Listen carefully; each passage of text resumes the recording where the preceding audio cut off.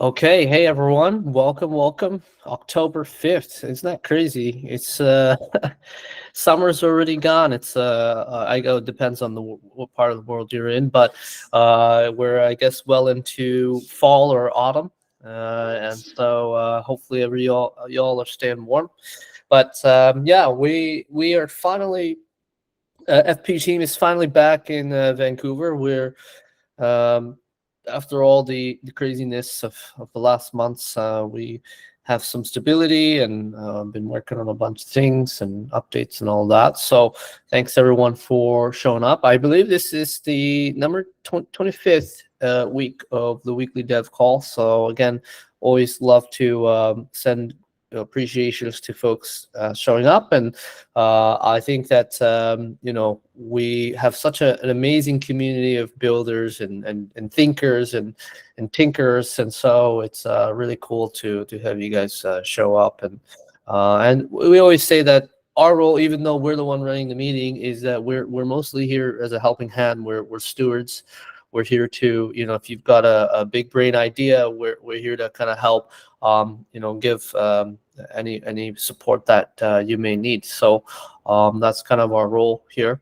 So I think we'll kick off with any intros. I mean, I see a lot of familiar faces here, but are there any folks here that it's their first time coming in here? If so, you could raise your hand and do an intro, or maybe last call you didn't get a chance to really say hello. Would love to hear more.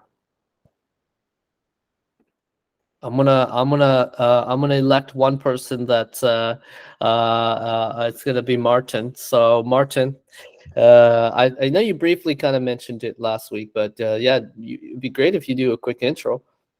Yeah. Hey, yeah, I kind of jumped in last second last week and this time dedicated more time to come and say hello. But yeah, I actually used to work with Benny, and more recently, over the last year, I've been a contributor to Nouns in a bunch of different ways, and most recently doing dev stuff for Nouns on a bunch of different projects. And as of the last few weeks, kind of exploring something um, around all this stuff around the ERC. I always forget the number, but what you guys are doing, stuff around that. So thought I would come by and just see what's up.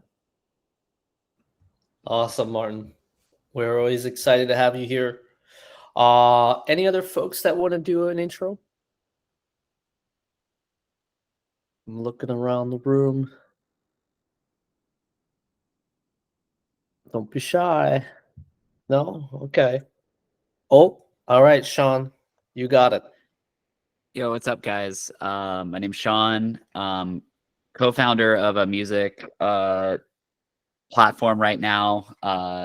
But my curiosity here is just in looking for token-based models for this platform, and exploring a little bit. I know I dropped in the chat yesterday one of the ideas that we had internally around token-bound accounts, essentially making like mixtapes or playlists.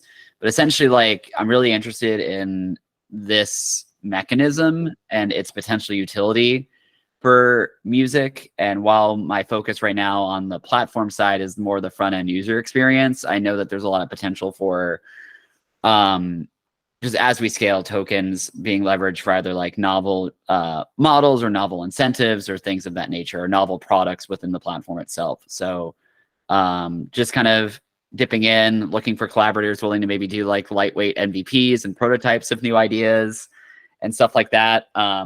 My dream would be having enough of an audience on the front end to be able to like play with stuff on this level as well. But we'll see how things go. But really just excited to be here. And I'm always really inspired by the ideas and conversation in both the Telegram and this call.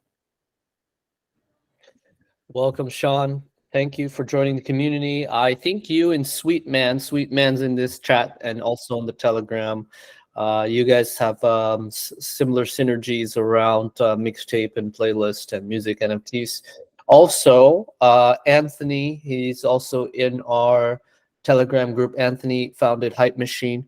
now is working on Future Tape on the Zora team. So we met up with him in New York as well, and he's also tinkering around music. I think there's actually a few people. Another one is Cooper. Cooper, who's founder of Coop Records. He's actually did one of the first. He dropped a music fan pass NFT, and then the interesting thing is that every single week or every single 2 weeks, they're dropping music NFTs into that Tokenbound account as like a reoccurring thing. So he's teaming up with Daniel Allen on that. And also, if you guys know, I'm quite close to David Greenstein of Sound and Stems DAO, and so there's definitely a lot of moving pieces on the music side. So I'm glad you joined, and I'm sure that there will be a lot more other folks too in the group that would be down to team up. Yeah, actually, it was Sweetman that introduced me to this group. I had randomly I was on one of the few benefits of the algorithm working in a valuable way. Randomly, just like one of his tweets popped into my feed. He was talking about mixtapes and Tokenbound accounts. I was like, this matches my vibe. I reached out to him at a quick Google Hangout, and he threw me on this Telegram like a month or two ago. Oh, wow. I was traveling Asia for the past couple weeks though, so I've kind of been intentionally trying to get some like mental space before trying to raise a round for the startup in the next like couple weeks. But now I'm back at it. Sweet. That's awesome, Sean. Glad to have you here. Arjun, we'll pass it over to you. Hello, my name is Arjun. I am all the way from India. I recently hopped on the Spartan Group team as PM for a 6551 product we are working on. So super excited. I've been diving onto 6551 for the last, I think, around a month or so from the time my interview started. So super excited. Awesome. Glad to have you here. Any other folks before we move on from introductions? 3, 2, 1. Okay. So a few things that are probably of interest to the group here. So yeah, at least for us, has begun. And what does that mean, right? Well, there's actually some incoming things that are quite important. I think Jaden will probably talk about V3. Everybody's been asking about that, but there are several other things beyond that. One is we had a great chat with the OpenSea team. I think you guys are aware of that. Yeah, we're continually working alongside with them to kind of figure out the right approach for that. And so what we're aiming for this quarter is to actually have something that at least on our end we'll have it ready, and we'll continue discussions of OpenSea. But I think we're getting to a pretty good spot now of like having some sort of marketplace support. But that 100% not guaranteed. But we're as I said before, it's a long lobbying process and a lot of like discussions and teamwork. But we feel pretty good that this quarter, if you're looking to launch anything or even Q1, that things are around the marketplaces, at least for OpenSea, are smoothing out, and we're getting to that spot. And then the next thing is the cross-chain stuff, which I'll leave it to Jaden to talk about. But we've talked about it a lot. I think since day one, this has been the vision. And so we're getting closer and closer to that vision. And in V3, I think that it's like the first step in this cross-chain future. But we have already starting to plan for V4, which will be the pretty much, I would say, like the end state, or like the future state of what a full-on cross-chain answer can look like. So that again is going to be a high priority this quarter. Again, a lot of these things are moving, and the reason why I mention it is that it affects everybody, right? Especially if you're thinking about launching projects, or you're using the SDK or the implementations. It's important that you guys know what's coming down the pipeline and what's important. And yeah, I think you've seen the new website. There is a like a CSV download that's available there. So for folks that want to start like dropping things into TBAs, we're slowly building that up, making it easier for you guys to drop cool stickers or badges. But that being said, I mean, there are multiple platforms out there, Station and a few others that make that easy. So that's kind of the high level update on Q4. There's a lot. We're back now. A lot of building. I don't know if folks plan to be at Istanbul. We I think as a team we probably wouldn't be going there. It's a bit far from Vancouver, but the reason why I mentioned it is if you are planning to go, let us know, and maybe like the community we can help support a community run like meetup or something. So that would be super cool. Yeah, so cool. I'll pass it to Jaden to kind of give the update on V3. Thanks, Benny.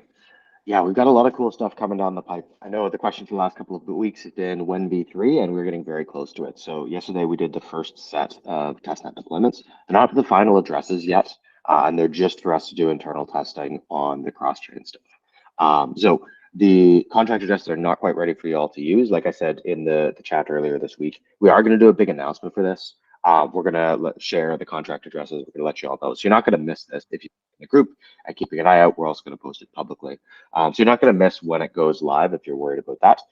But if you are in the group, we can share some early access details on the testnet contract. So we're in the process of getting them all deployed, getting them all at the final addresses, and writing up the migration guide so it's easy for all of you to use these new V3 versions. So that is coming this week. There will be announcements. We'll probably do a bit of a soft launch this week of the contracts, and then the full public launch of it next week is the current plan. But always TBD based on how things are going and the amount of other stuff we have going on. So yeah, V3 contracts are coming, and we've talked about the V3 contracts a couple of times in previous calls. I figure it would be cool to go through some visuals of exactly what's happening, because I know we've talked a little bit in previous calls. We've looked at the code for the V3 contracts. We've kind of gone through those. We've gone through some low-level details, but we were doing some internal chatting this week about the changes coming down with V3, and we ended up creating a whole bunch of diagrams that might be helpful.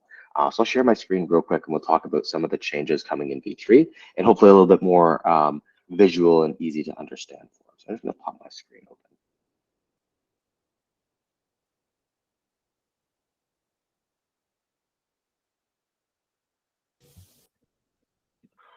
All right, let me know when y'all can see it here. Yep. Cool. So these are a bunch of the new features coming in V3. These aren't all of them, but these are the kind of big high-level ones. And this is, excuse the kind of shorthand notes here. This was for an internal call earlier. But the big thing that's coming with V3 is there's a bunch of different new execution modes. So if you're used to using the existing V2 contracts, you probably used execute call a lot. That was the kind of the old way of doing execution, and it was kind of limited, right? You couldn't do batch execution, so you kind of lost some gas savings there. You could only do calls. You couldn't do any other kinds of operations. And so what we've done in V3 is actually a change to the EIP that's now reflected in the V3 contracts, is instead of the execute call function on the Tokenbound accounts, what we have now is an execute function. And this execute function takes in 4 parameters instead of 3, the 4th parameter being an operation, which means that Tokenbound accounts can now execute calls, they can execute delegate calls, they can execute contract creation calls. So your Tokenbound account can actually be the deployer of a smart contract, which is pretty neat, and create 2 calls. So this just opens up the possibility of what you can do with Tokenbound accounts quite a bit more, because no longer are you limited to just call operations. You can also do delegate call operations and contract creation operations. So this is the new execution function. If you're using the SDK, don't worry, this will just come built into the SDK. So you won't have to worry about implementing this yourself. If you are going direct to contract, you should take a look at this and make sure that your new code that is going to be targeting V3 is supporting this function. But this is one of the big changes. So the execution model is changing on Tokenbound accounts. But there's also, we've built a couple of other execution models that are really interesting. So first one is batch execution. So previously, we did not have the ability to execute multiple calls from a Tokenbound account. You could only execute 1 call at a time. So if you were working on smart contracts, you could only call your TBA into 1 smart contract, and that was it. Now you can do batch execution. So you can use the execute batch function So you have an NFT owner, they call into the Tokenbound account, and then you could call into many contracts or call into one contract many times. This opens up the ability to do a lot of things in a cheaper way gas-wise, because you're only paying one gas execution overhead, but you can do multiple actual transactions within the transaction. So this is something that's been asked for a long time. It's in there in the V3 contracts. Another thing that we're adding is nested execution. So a lot of folks have been exploring what does it look like when you have a Tokenbound account that owns a Tokenbound account that owns a Tokenbound account, right? How do you do things with the Tokenbound account that's owned by other Tokenbound accounts? So previously, you would have had to call into Tokenbound account 1, which would call into Tokenbound account 2, which would call into Tokenbound account 3. But now we've got an execute nested function. And so you can just call directly into the third level Tokenbound account, supply a proof that you also are the root owner of Tokenbound account 1, and then just execute directly against Tokenbound account 3. If you're building applications that involve nested Tokenbound accounts, this will be super helpful because it means a lot less gas for nested calls, and also just a single direct contract call rather than doing some crazy call data encoding to get all the way down the tree. Last one that we're adding is multi-account calls. So if you are an NFT owner and you have 3 different NFTs in your wallet and they each have Tokenbound accounts, you can do a single transaction, a single Ethereum transaction that makes a operation on each of these Tokenbound accounts. So say, your Tokenbound accounts have the ability to claim some token.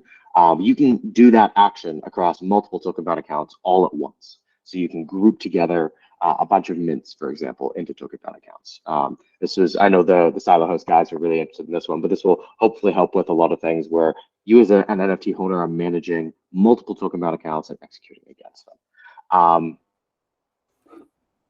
That's it. Another thing that we're changing. Briefly point to is that you're probably thinking about how are we going to do this? Is this just going to be a chaotic town hall style free for all? I think somebody might want to mute there. I don't know if that's actually for this call. Cool. Last thing we're doing is delegate calls. So if you know about delegate calls, you know that often they come with some security trade-offs, right? If you are using delegate call on a smart contract, that means that anybody who has the ability to call delegate call can do arbitrary rights to storage, which is really dangerous if you have a Tokenbound account that's designed to be passed from person to person. And that could mean that a malicious owner could modify the storage for a new owner and transfer the NFT and rug the new owner. It's not great. So when we talk about delegate call in the context of these new Tokenbound accounts, we're not actually using direct delegate calls on the Tokenbound account. We're using something called a delegate call sandbox. This is a pattern that's new in the V3 contracts. And this might be a pattern that is new as a whole. We haven't really seen this anywhere else. So if you have, please let us know. But essentially what happens is when you do a delegate call operation, instead of executing the delegate call within the context of the Tokenbound account, which is dangerous, it executes the delegate call in the context of a sandbox. That means that it's totally safe to do delegate calls in here. It can modify storage. All storage is volatile here. But the sandbox can then call back into the Tokenbound account to do low-level operations like call, create, or anything else that needs to come from the context of Tokenbound account 1.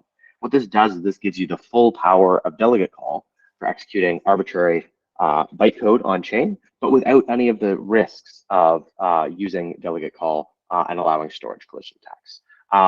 So this is new in the V3 contracts. This means you can go wild with delegate call in the ways that you're using the smart contracts without having to worry about the security risks there.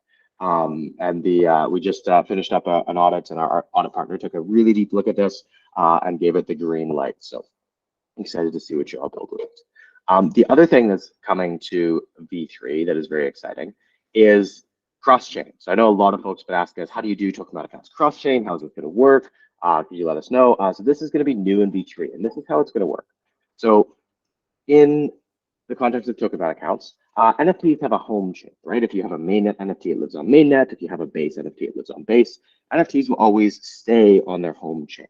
We're not doing cross-chain NFT bridging. We think there's some issues with that.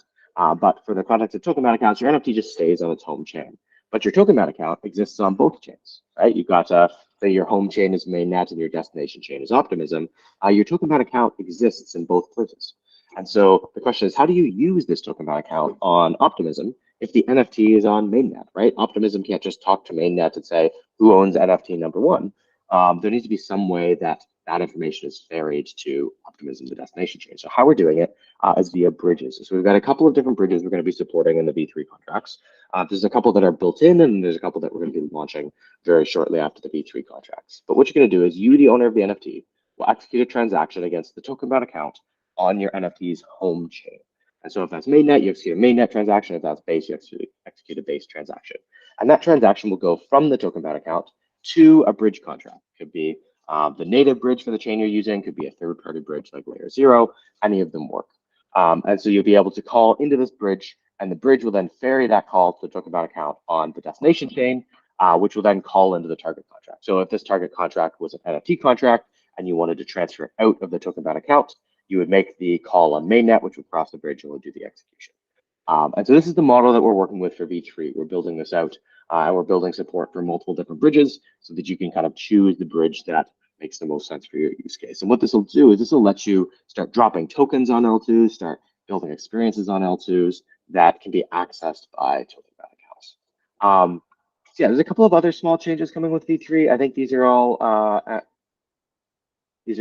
pretty small. One is there's a constant proxy address. So right now with this migration to V3, there's going to be a new set of contract addresses. There's going to be a new registry address and a new Tokenbound account implementation address. For future versions of the Tokenbound contracts, for V4 and beyond, there will not be new versions of the contract addresses. They'll be able to use the existing proxy implementation address. What that means is the Tokenbound account that you get with the V3 contracts will also be the same Tokenbound account address you get with the V4 contracts and the V5 contracts as many contracts as we launch. That's super helpful because it means we don't have to do as many migrations, even though there will be a migration process for this version. If you want to use the new versions of the contracts, that will not be the case in future versions. Another thing is valid signer. So previously we had an owner method on the contracts. That owner method is gone and replaced with is valid signer. This makes it easier to manage multiple authorized users on a Tokenbound account. And finally, there's a new state function on the Tokenbound account. And so this is going to be the bedrock on which all of our marketplace integrations are built. As Benny mentioned, we're chatting a bunch with the folks at OpenSea and some other marketplaces around integrating native support for 6551 into their platforms. So that's a quick summary of the V3 changes. Again, they are going to be launched very soon. We'll do an announcement post on when those are launched. And we do have the testnet contracts coming together pretty quickly. And so look out later today or early tomorrow for an early soft launch of the testnet contracts if you want to take a look at them. Let's see. Pepper has a question, and feel free. Anyone else who has questions, feel free to raise your hand or toss it in the chat or however you'd like to. Yeah, so this is a good question. Would one NFT have multiple TBA addresses as V3 comes out? So NFTs already have multiple TBA addresses if you use different implementations. So with Tokenbound accounts, every NFT can have as many Tokenbound account addresses as it wants to have. This is kind of the same as if you use MetaMask, right? You have a one seed phrase, but that one seed phrase can generate an infinite number of wallets for you to use. That's the same kind of thing with Tokenbound accounts. One NFT can have as many Tokenbound accounts as it wants to use. So with V3, there will be a new implementation address, which means that there will be a new canonical Tokenbound account for that NFT with the V3 contracts. So this will be like kind of the first time that multiple Tokenbound accounts has been, people have been made aware of that, but it has been part of Tokenbound accounts since the get-go. But yeah, so there will be new contract addresses, new Tokenbound account addresses for V3 for each of the NFTs. The previous ones will still work, right? You can still use your existing Tokenbound account addresses with V2. They'll still work in all of our tooling. They'll still work on the Tokenbound site. But if you want the best experience, migrating to the V3 address will be the move. That said, the V2 addresses are going to be able to upgrade to the new logic of the V3 contracts. So you can upgrade your existing Tokenbound accounts to use V3. Hopefully that answers your question there, Pepper. Jaden, when you upgrade, it's not just the logic, the address changes too, right? When you upgrade, it's just the logic that changes. When you migrate, it's the address that changes. And so if you can upgrade your existing Tokenbound account address, use the new V3 logic, but you'll still have the old V2 account address. If you want to take full advantage of the new V3 things, migrating from the old V2 address to the new V3 address will be the move. Got it. Makes sense. Any other questions on V3 or anything coming down the pipe from folks?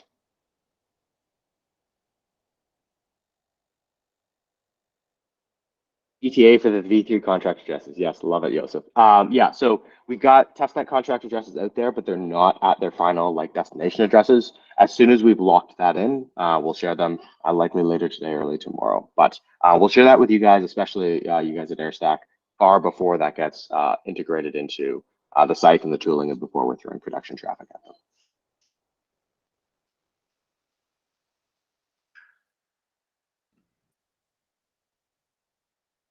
Cool. That was awesome. So yeah, I think as Jaden mentioned, you guys, the team, the people in the working group or the community will get early access to the testnet versions. But we plan to do like a bigger launch that will be like a video and everything. So that's when everyone will be aware. That might be sometime late next week. Cool. So before we get into demos and questions, I think it would be cool for us to go through some of like the ecosystem growth and all of that. So I'm going to pass it to Manuel at C Launch to kind of go over the dashboard, the Dune dashboard. Hey guys. So I've been tracking the data for some months for Tokenbound accounts and improving the dashboard. And so yeah, if you have been using the dashboard, you can see that in the last few weeks there has been some spikes, and this is basically related to Lens launching the V2 profiles and to DP that launched on Polygon. That's TBA wallets, and they basically this and also these addresses are related to DP, and they basically most of these spikes come from Polygon chain and from these projects in particular. But we've been seeing in general Tokenbound accounts activated with the growth in the last weeks. Just a caveat that this dashboard is currently only tracking standard account register contract. So if a project is using a non-standard account registry, it's currently not being tracked, but I think we soon will include these too. So, but this is only the standard contract.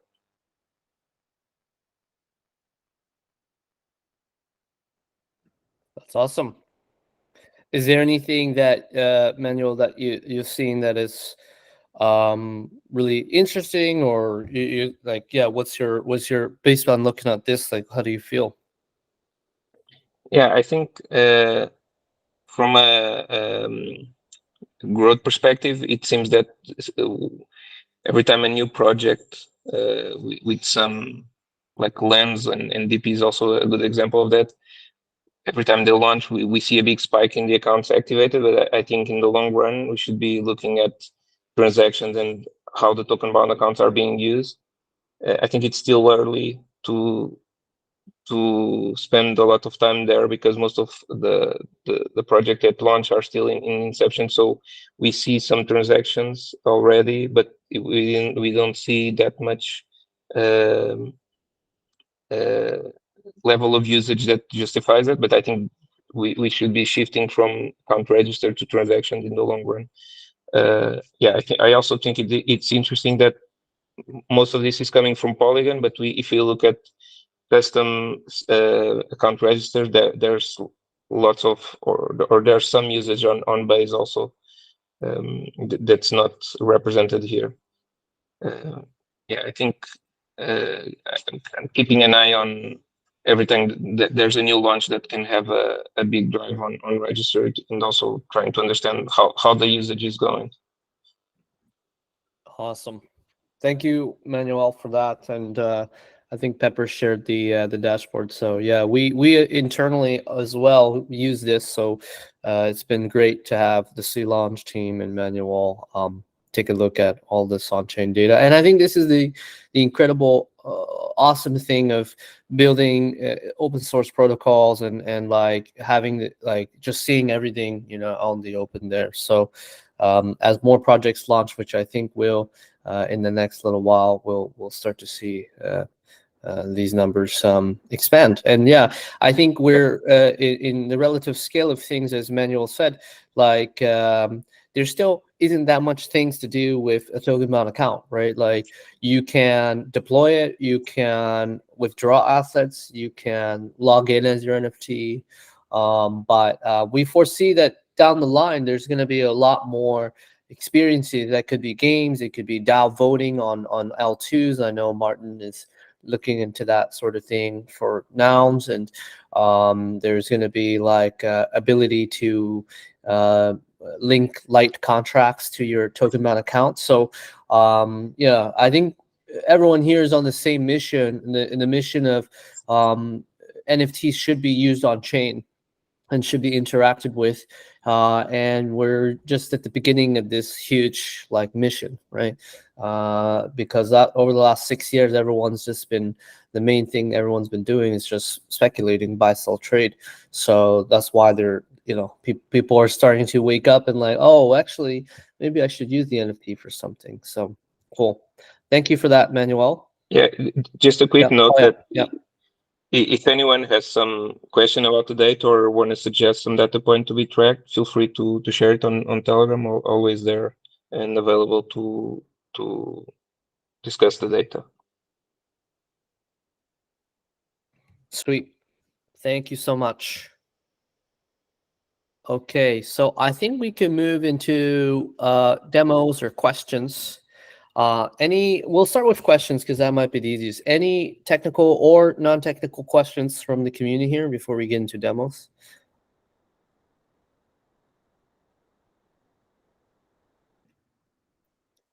None? Okay, raise of hands. So if you plan to do a demo or even talk about something that you're working on, definitely raise your hand now. It's on the bottom there, so that we know we could come to you and you have your time to kind of show. And as I always mention, the demo doesn't have to be a fully functioning thing, right? It could literally be a Google Doc, right? The only thing we would ask is to be, you know, be cognizant of time, because we have a lot of people to go through. So, all right, I think Ravi, you were the first one, so I'm excited. I'm going to give you co-host abilities here, so you can share screen. 1 second. And if anyone else raises their hand, I'll also give you those roles too. Okay, Awesome. Ravi. Yeah, take it away. Cool. Yeah, super excited to share what we've been working on. So I'm just gonna share things tab by tab. So this is our a site we've been working on, which essentially allows you to easily create and turn existing NFTs into TBAs as well as transfer assets. So we support Ethereum, Optimism, Polygon, and Base. So when you go to the site, you'll be able to, you know, see recent TBAs that have been deployed. You can filter by different chains and such. You can also search for TBAs and things like that here in the search bar. So then I'll take you to the second screen. 1 sec. When I share a tab, does it share everything? Let's see. Okay, I'll share this one. So when you click on deploy, it'll pull up all your NFTs. You can click into them, and maybe I'll just share a window. Sorry about that.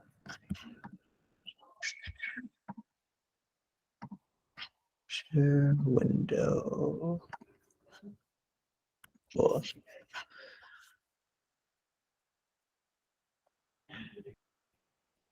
Great. So you guys should be able to see this is where all your NFTs would be. You can also filter by network. Again, Ethereum, Optimism, Polygon, Base. When you click onto one of your NFTs, you can deploy an account. So this is one that I believe is on Base. So I'll do that right now.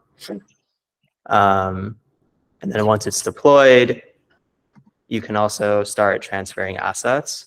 So this is, I believe, another one that's on Base. So I'm going to transfer this one here.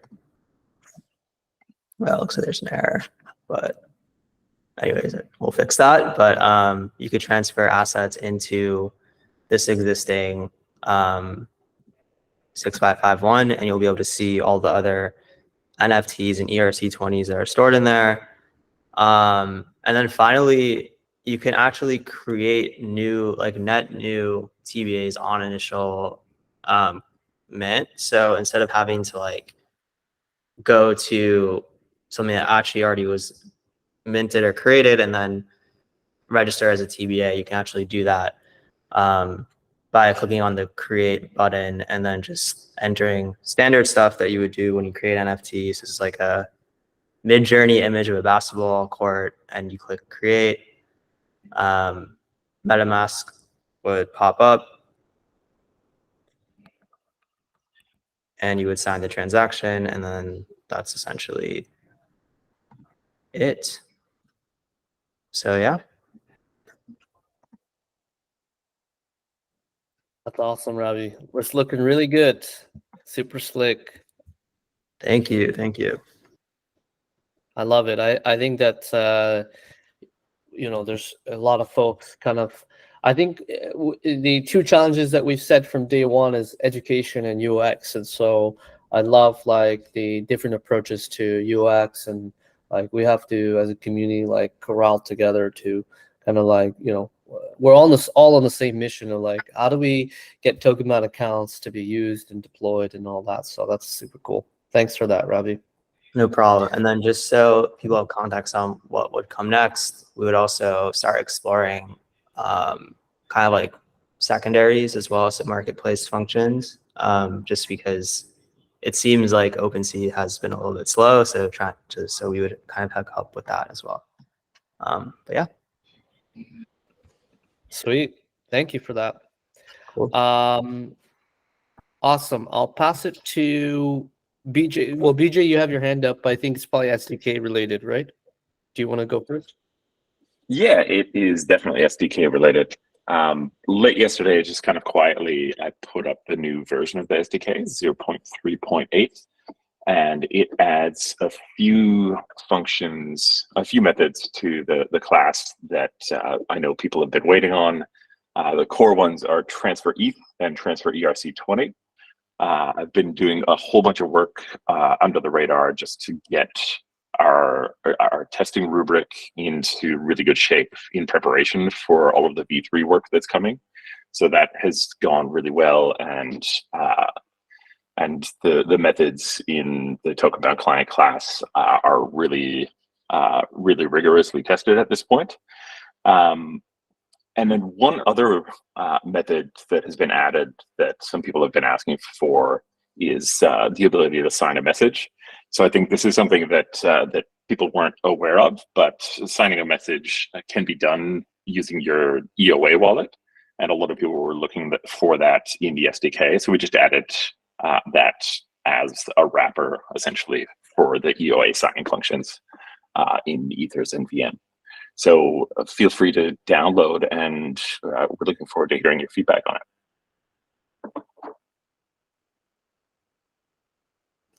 Awesome. Thank you, BJ. That's really, really good. Martin. Yeah, let me pull up what I want to share. Yeah, so I can share a little bit about just what I've been thinking through with doing something for nouns, and it's still pretty early, but just want to share I guess first my inspiration, which I think we talked about a little bit last time, which was Loot 2, which is the station team launch, which I thought was really cool, and kind of what triggered this whole thing for me is, you can mint a character, which is kind of like similar to the original Loot NFT, but then you can have all these traits and mint them and equip them to it, which is kind of straightforward, and that's like the core of this ERC. But I found it really interesting in the context of nouns, which is where I've been spending a lot of my time. And so I started wondering, one sec, let me figure out how to switch my tabs. I'm on Arc and it's not super easy. So then this made me wonder like what we could do for nouns basically. So if you're not familiar with nouns, it's formatted as a DAO where there's a daily auction of a full noun that looks like this, right? And has randomly generated traits. But unless you're able to buy a full noun, there's really no way to collect the actual artwork of the DAO, which I think is actually one of the more undervalued elements of nouns. Is the pixel art is really, really cool. And so the idea we've been working through with Michael from the Loot team is doing something like this for nouns, where you can mint a base character of it comes empty, there's nothing on it, and the profits go to the DAO, and then you can actually like mint and collect traits, and there's like a bunch of different ways to actually drop those NFTs. Like there's you could do weekly drops, you could do everything all at once. We looked into doing like a variable rate, like gradual Dutch auction, which is a little bit complicated, but I think actually a really compelling model. And so starting thinking about what that could look like, and most likely we're going to go with, in the spirit of nouns, is do an open edition and have it be just open for anyone to mint for a month, and try to have people do that. And then I think there's an opportunity to do really cool experience. This is something I was working on today, which is just like, okay, could you come to this page and just like mint any traits that you want and add them to your cart, almost like you're going on a shopping spree. And so if for people who are fans of the nouns art, like this is a very, I think, compelling experience where you could just go on this spree and collect all this stuff and add all of them. And then I was trying to create like a cool, like a minting button.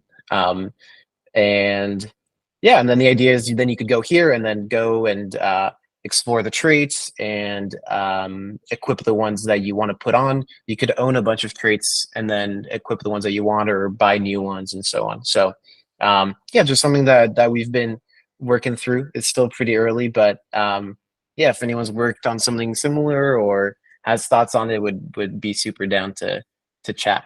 But yeah, that's just a little bit about what I've been working on and thinking about. I don't know about y'all, but this is sick. Like, I think there's been a few things this week. I think Nish and Peter from 1KX had a huge article about dynamic NFTs, which definitely encourage y'all to check out. I'll share it here. And I also wrote a Twitter thread about it as well, how to kind of think about the architecture of NFTs.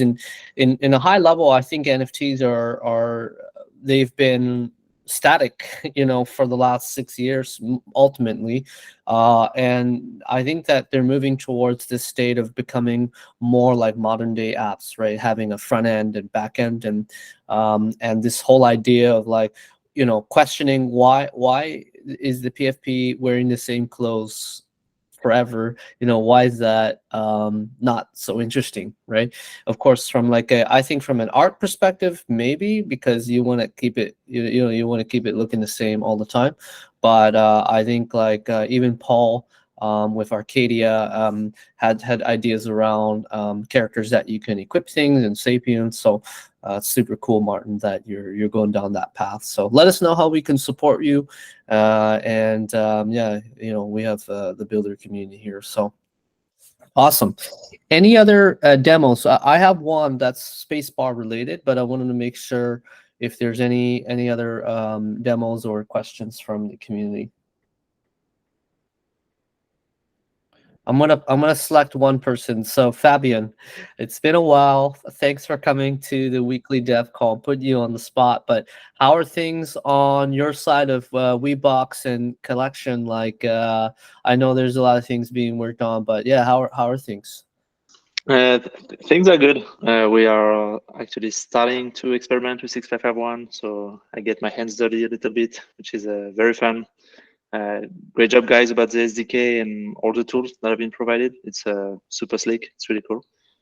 And yeah, we just hit a little issue, as you guys already know, because we talked privately.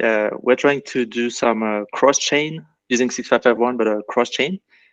And so we kind of hit a little wall with the V2 of the contracts, but we're super excited about the V3, which is gonna fix that issue. Pretty much our issue was about transferring NFTs from like Polygon NFTs to Ethereum NFTs. Does work, obviously. You can send assets to any wallet you want, but then the withdrawal was a little bit trickier. So yeah, just excited. We're in building mode. We don't have anything yet to show, but that's gonna be coming soon, probably within the next 2 months. And yeah, like I said, super pumped, and also really like. I've not been the best at joining this call because we've been crazy busy, but I'm gonna try to come by more. It's pretty inspiring to see all these demos and all these good ideas. This previous demo is announced trade selector. It's literally what we were talking about last night with the team. So it's pretty fun to see other projects and other teams doing working on the same stuff. So yeah. Awesome, Fabian. Yeah, and that's the whole point of this community. Is like, what's really important is that there are like so many amazing folks here, and the idea is like you guys should like it's like matchmaking, right? Like should be like teaming up to launch things, and I think that there's a lot of shared ideas, and so I love how Paul and Martin in the chat are already connecting. So that's the whole point of all of this, right? Is to find folks that have similar ideas and let's team up because, like I said, we're all on the team of NFTs, right? We're all trying to push NFTs forward. So it's really awesome. Cool. So if there aren't any other demos, I wanted to kind of showcase one of them regarding Spacebar. So as you guys know, Pepper and Christy and Junie and the team have been working hard on the Spacebar project, it's really interesting. It's the whole concept of like, what if you could bring your own NFT to play a game, right?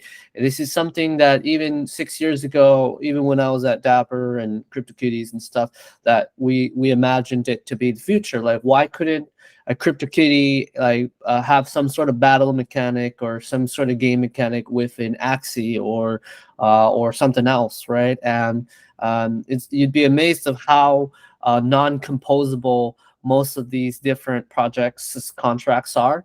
And so it's just really challenging. But I think because Tokenbound account is like the universal general account layer for most NFTs, we're starting to see these emerging category of like, I call it like bring your own NFT to the gameplay. There's probably a better word than that. But yeah, I'll share my screen here.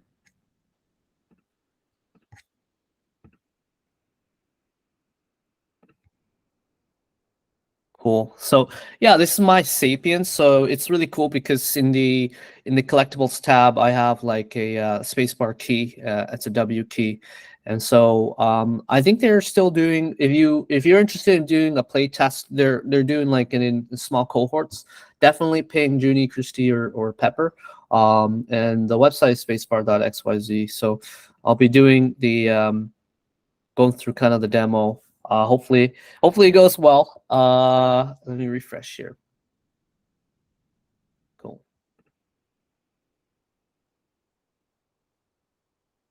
Let's see. Cool.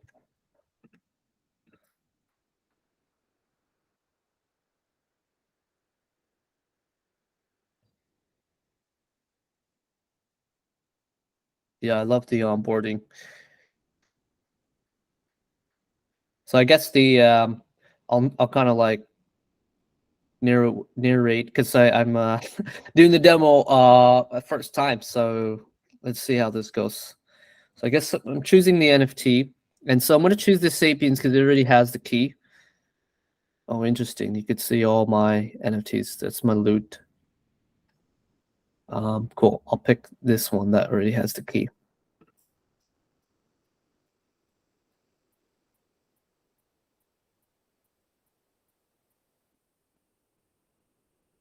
Cool. So that's the Tokenbound account address, I believe, 0x0221.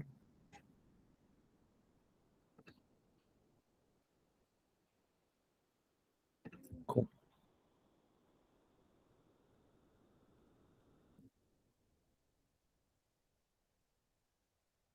claiming the proto ship. So I assume, and Junie and Christy, if you want to add additional things, assuming right now is the ship is being minted into the Sapiens, right?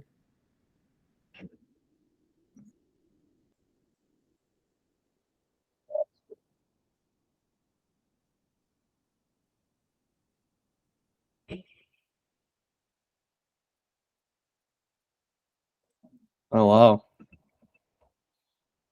cool. So, Junie or Christy, if you want to purchase the, I see.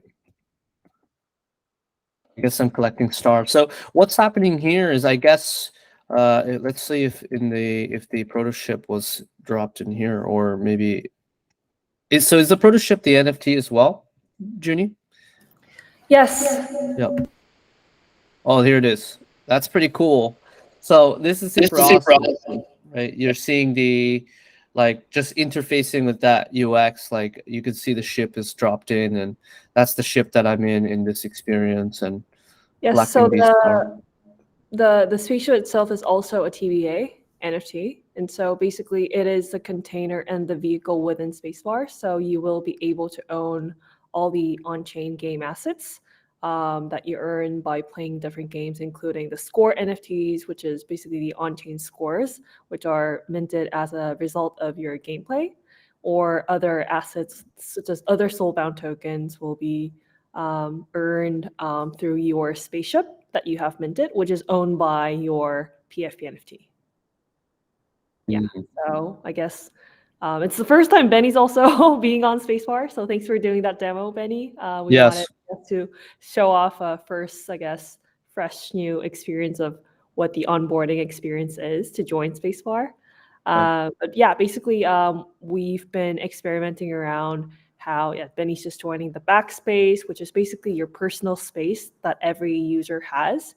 And yes, by long pressing into assets, you can check your Tokenbound tree, because as well as we are, I guess, sort of educating what, Tokenbound accounts are to our members, we want to make sure that the ownership tree is very clear and apparent for all the members who play the game as well.